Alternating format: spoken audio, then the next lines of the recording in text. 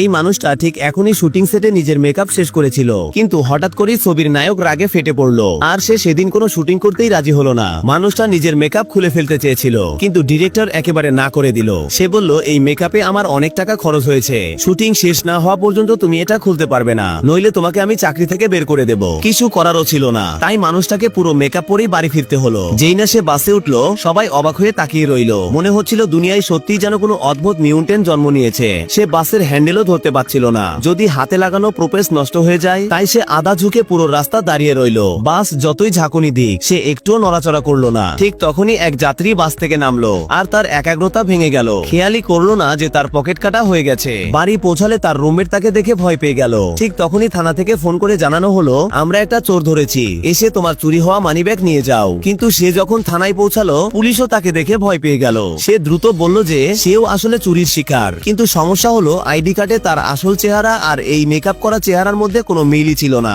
আরো বড় সমস্যা হলো হাতে প্রোপেস থাকার কারণে তার ফিঙ্গারপ্রিন্টও নেওয়া সম্ভব হচ্ছিল না। তখন সে বলল, ডিএনএ টেস্ট করে নিন, তাতেই আমার পরিচয় নিশ্চিত হবে। পুলিশ তো হতবাক, মাত্র 10-15 টাকার মানিব্যাগের জন্য ডিএনএ টেস্ট। অবশেষে মানুষটা হতাশ হয়ে ব্যাপারটা ছেড়ে দিল। শেষমেশ খাওয়ার সময় এলো। টেবিলে ভরপুর সুস্বাদু খাবার সাজানো ছিল, কিন্তু সে চামচও ধরতে পারছিল না। কোনোভাবে স্যুপ তুললো, কিন্তু মুখ পর্যন্ত নিতে পারলো না। যখন হাত দিয়ে খাওয়ার চেষ্টা করলো, চারপাশের মানুষ বিরক্তি নিয়ে তাকাতে লাগলো। তবে পাশের এক মহিলা তার প্রতি মায়া দেখালেন। তিনি তাকে স্ট্র দিয়ে খাওয়াতে শুরু করলেন। অবশেষে নতুন দিন এলো। এবার বাসের ড্রাইভারও তাকে দেখে শান্ত থাকলো। যখন সে ভাড়ার টাকা মেশিনে ফেলতে পারলো না, ড্রাইভার হেসে ভাড়া মাফ করে দিল। বাসের যাত্রীরাও আর এত ভয়ের চোখে তাকাচ্ছিল না। মানুষটা মনে হলো এইবার সবাই তাকে মেনে নিয়েছে। কিন্তু হঠাৎ সে উপরে তাকালো আর অবাক হয়ে গেল। বাসে আরেকজন মিউটেন্ট বসে আছে। আসলে সেও ওই একই সিনেমার সেটের এক্সট্রা ছিল। দুইজনের চোখাচোখি হতেই সবকিছু বোঝা হয়ে গেল। কত কষ্টই না সহ্য করেছে তারা। আর সেই মুহূর্তে তারা বুঝে গেল একটা সত্য, এখন থেকে আর কোনোদিনও তারা এই কৃপণ ডিরেক্টরের জন্য কাজ করবে না।